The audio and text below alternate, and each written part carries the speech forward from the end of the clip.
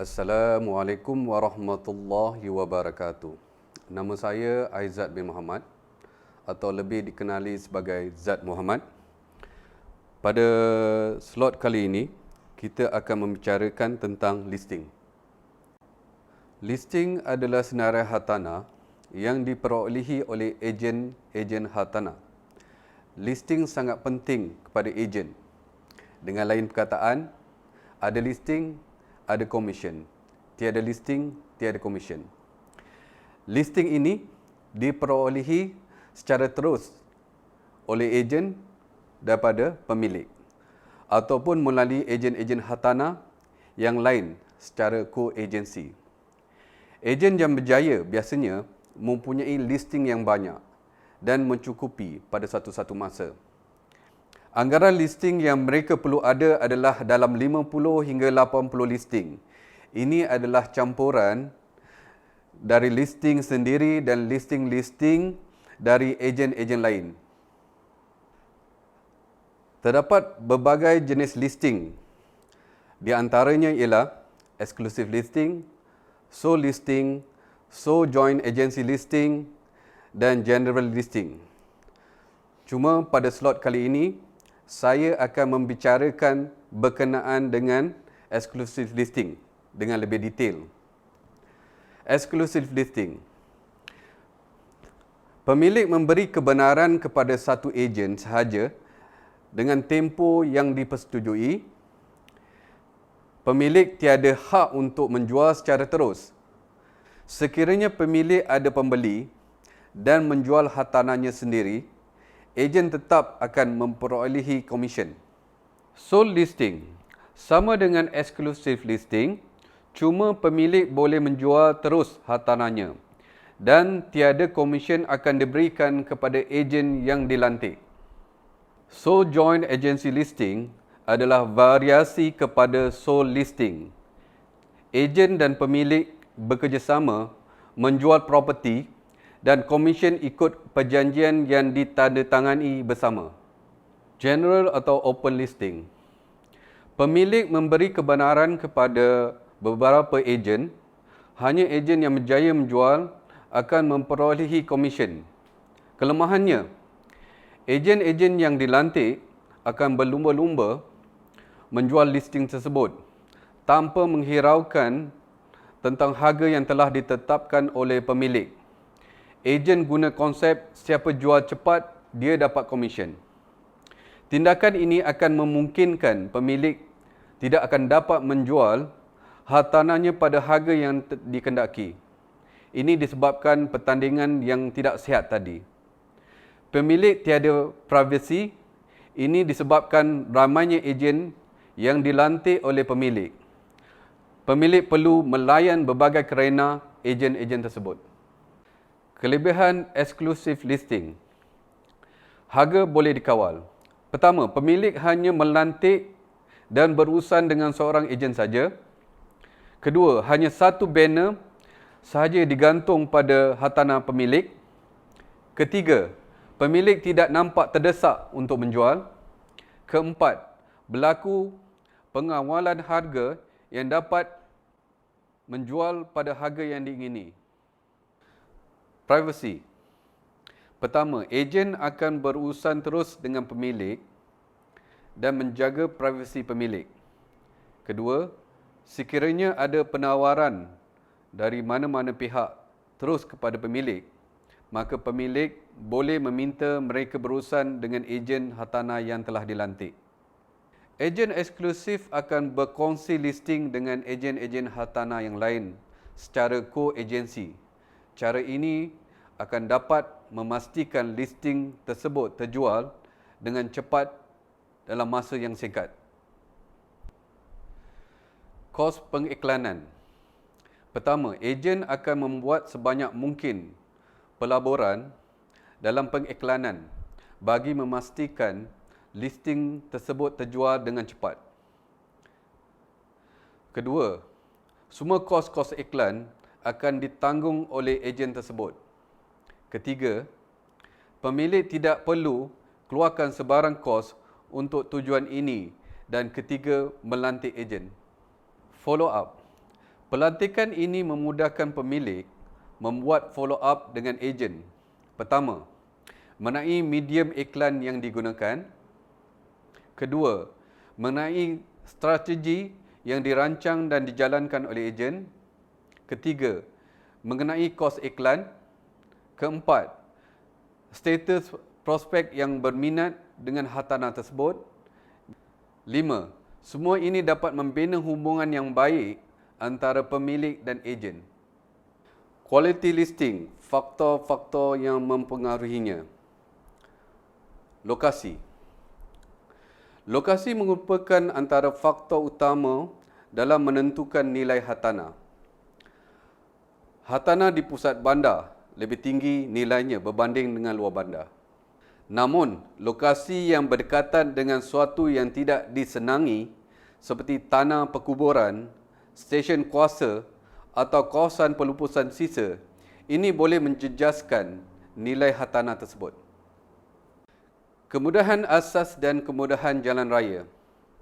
Hartanah yang berdekatan dengan lebuh raya utama akan secara langsung menaikkan nilainya. Jaringan jalan raya yang baik dan kemudahan transit awam seperti perkhidmatan LRT dan MRT merupakan kelebihan dan keperluan utama kepada pembeli.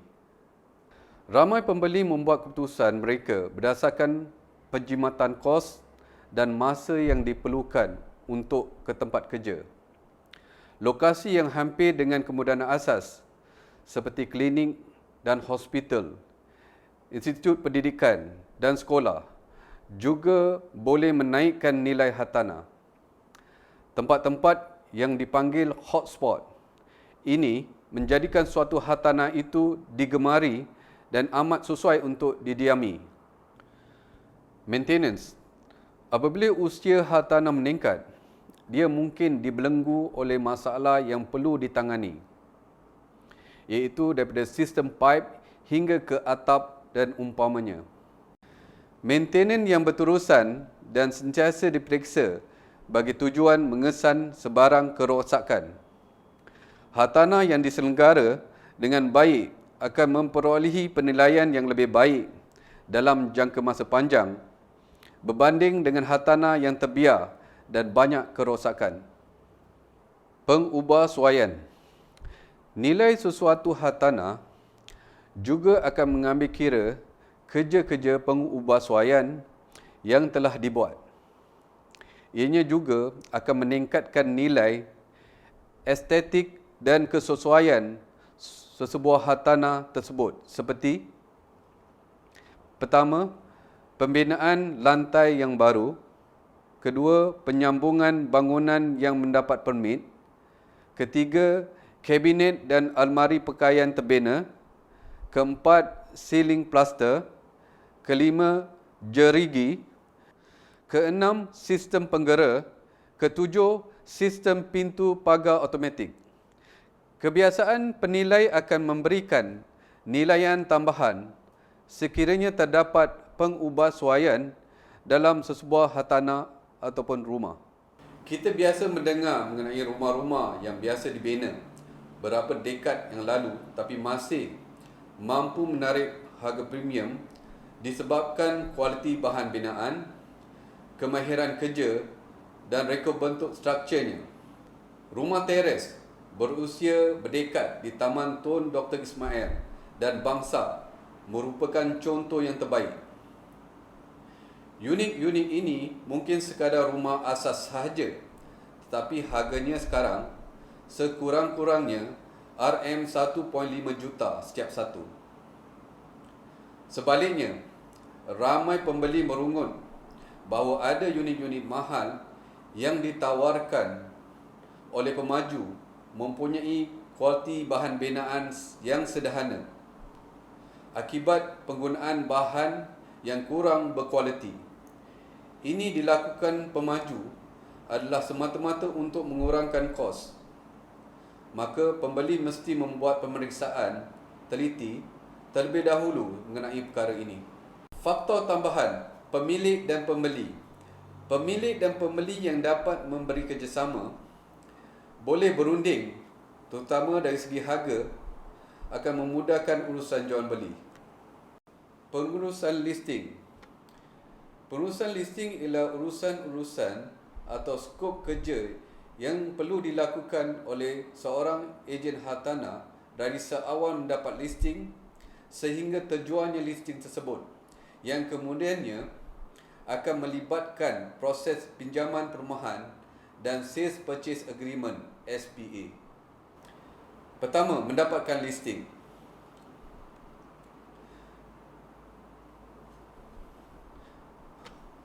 Dapatkan listing dari pemilik yang sah.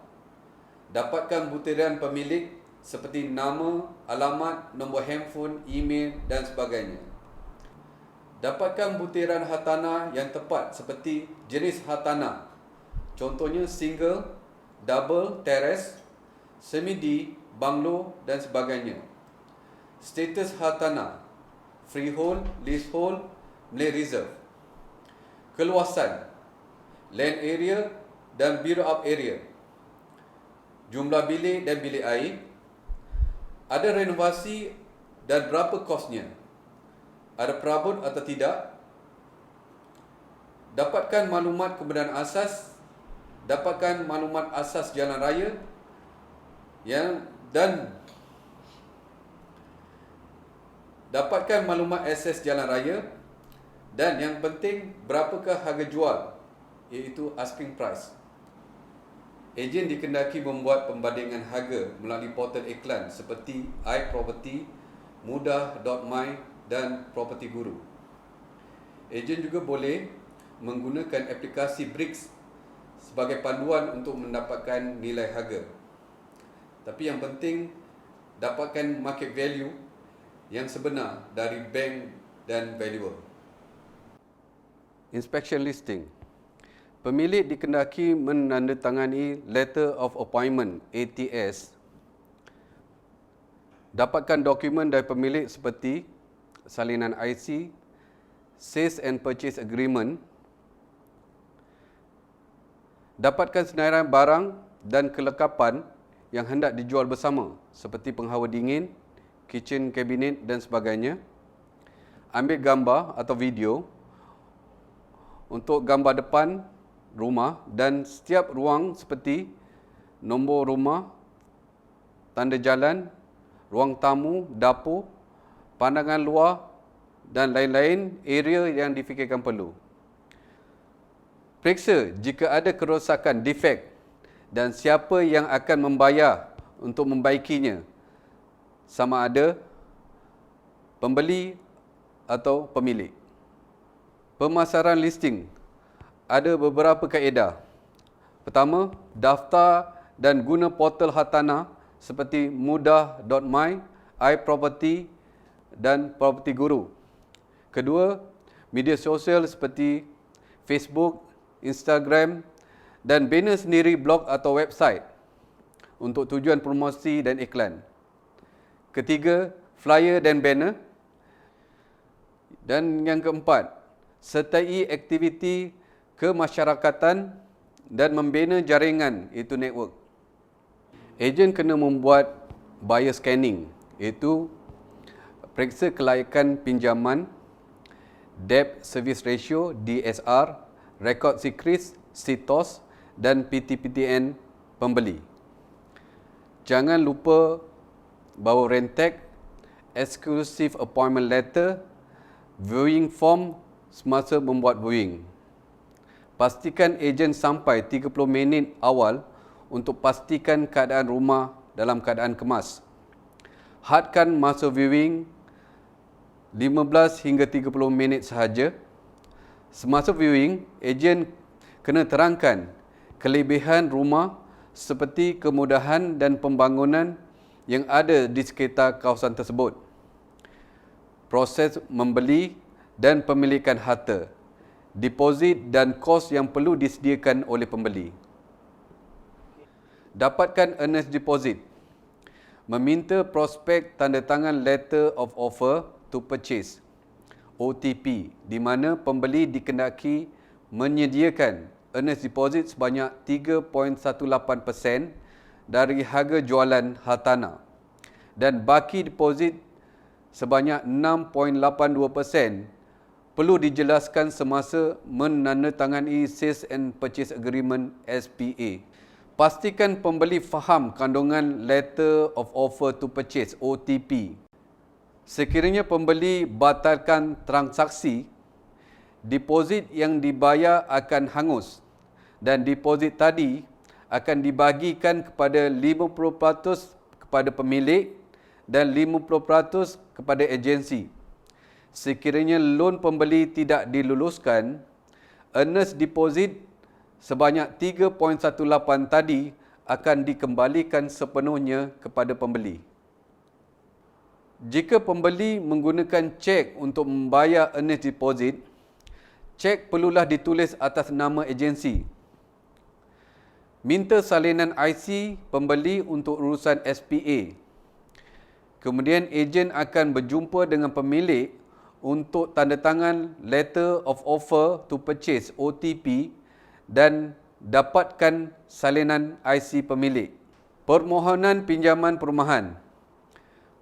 Pembeli atau pekerja dikendaki menyediakan salinan IC, slip gaji dan penyata bank sebanyak 4 bulan, penyata KWSP, penyata simpanan, surat pengesahan dari syarikat dan EA form jika ada.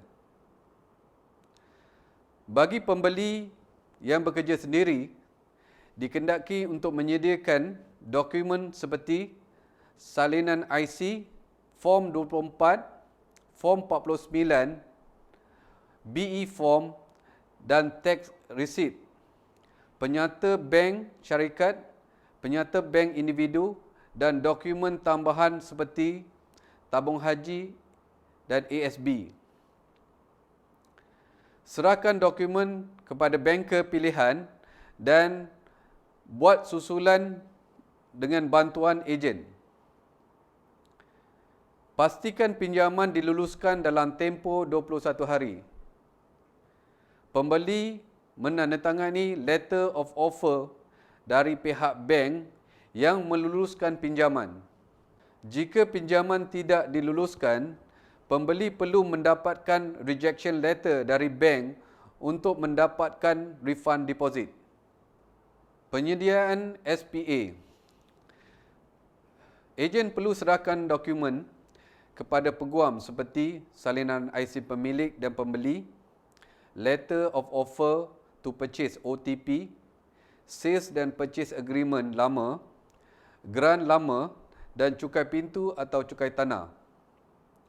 Buat susulan tentang Sales and Purchase Agreement yang baru dengan peguam. Pastikan pinjaman lulus dan Letter of Offer ditandatangani sebelum kedua-dua pihak menandatangani Sales and Purchase Agreement. Pastikan tanda tangan tersebut dalam masa 21 hari. Tuntutan komisen dari agensi. Bila listing telah dijual, Sales Purchase Agreement SPA telah ditandatangani dan telah distemkan, ejen sudah boleh dapatkan komisen dari agensi. Ejen dikendaki melampirkan dokumen untuk tujuan claim komisen seperti salinan SPA, OTP, ATS, slip bayaran deposit, salinan IC owner dan buyer. Saya akhiri slot ini dengan ucapan terima kasih. Semoga ianya dapat membantu ejen-ejen dengan jayanya. Sekian.